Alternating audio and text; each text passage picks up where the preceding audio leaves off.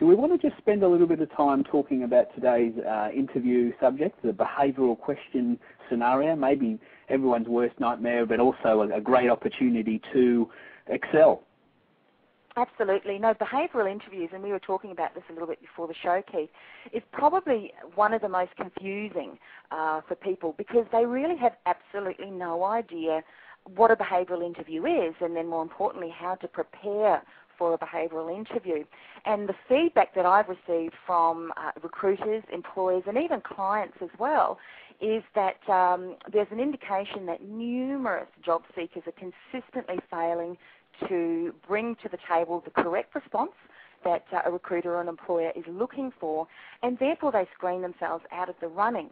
Now, I guess job seekers don't understand the basic fundamentals of what a behavioural interview is, so therefore they're not providing the correct responses, and they're also failing to position themselves as a top contender for the role. So in all the areas there, they're getting crosses against their name, which is really unfortunate. So if you're listening into the show today and you're finding that you're getting quite a consistent number of interview knockbacks, it may just be because the behavioural interviews questions that interviewers are incorporating into the interview, you're just not answering them correctly.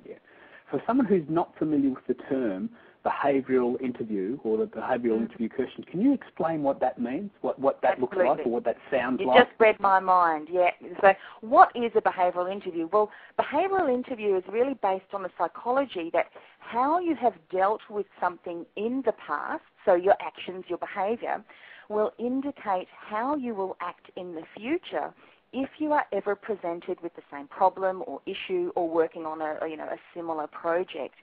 And so when they ask you a behavioural-based interview, you really need to show them how you have behaved in the past or acted in the past through an actual example in the workplace.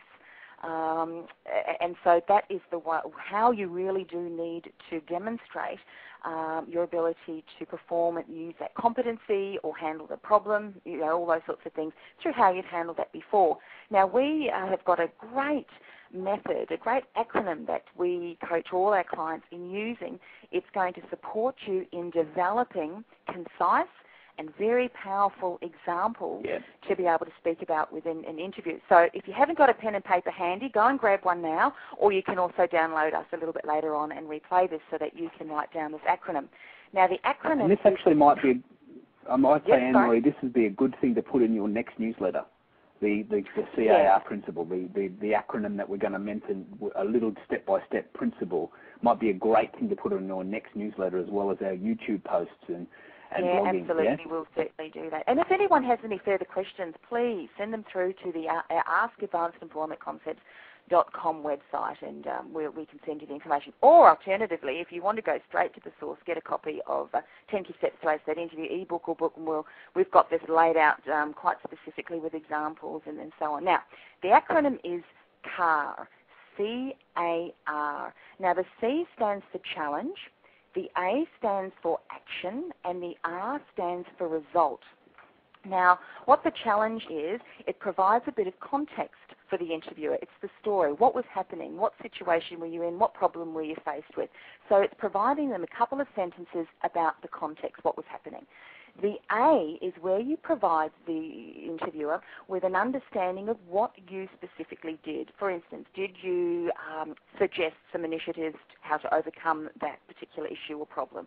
Did you implement a particular process which you devised within the workplace? So anything, what is it that you did, your actions, because that's going to identify your expertise, your experience. And then most importantly is the result. How did your actions impact the challenge or the project that you were working on with the result for the company? Did you save money? Did you come in under budget? Did you finish the project on time? Did you, accelerate the completion date of the project that you were working on that originally or initially was going to be, 6 months overdue? So by incorporating those three elements, the interviewer can understand what you were working on, specifically can see how you dealt with that problem, and more importantly, how you impacted the organisation. So those three key elements, developed into a very nice, concise example will allow you to really position yourself in the best possible way and answer correctly a behavioural interview question. I just wanted to quickly clarify that these 3 points, CAR, are the absolute fundamentals of behavioural interviewing. And I just wanted to quickly ask you the question that you've mentioned in the book as the case study. Can you just mention an example of what someone did say and how they could have done that better as it relates to the case study? Yes, one particular question that was asked of a job candidate was, how do you handle problem clients? And to which the job seeker replied, well, I don't have any problem clients. And so, unfortunately, he was not, put forward in the running. He was sort of declined. So when he went back to the recruiter, she said, well, why did you answer in that way? He said, well, look, I don't have any problem clients because of the fact that I've implemented some key processes on how to address and handle clients that come forward with concerns and problems. And so through doing that, myself and the staff who also follow this principle ensures that any complaints and any client that is concerned turns into an ambassador for our organisation because of the fact how we professionally handle and respond to those complaints.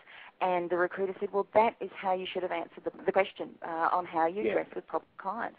And so that is how you respond to a behavioural question, because by saying to an interviewer, well, I don't actually have any problem clients, doesn't allow them to see how you've handled that in the past. So therefore, it doesn't determine how you will handle a problem situation if a client rings in the future with a complaint.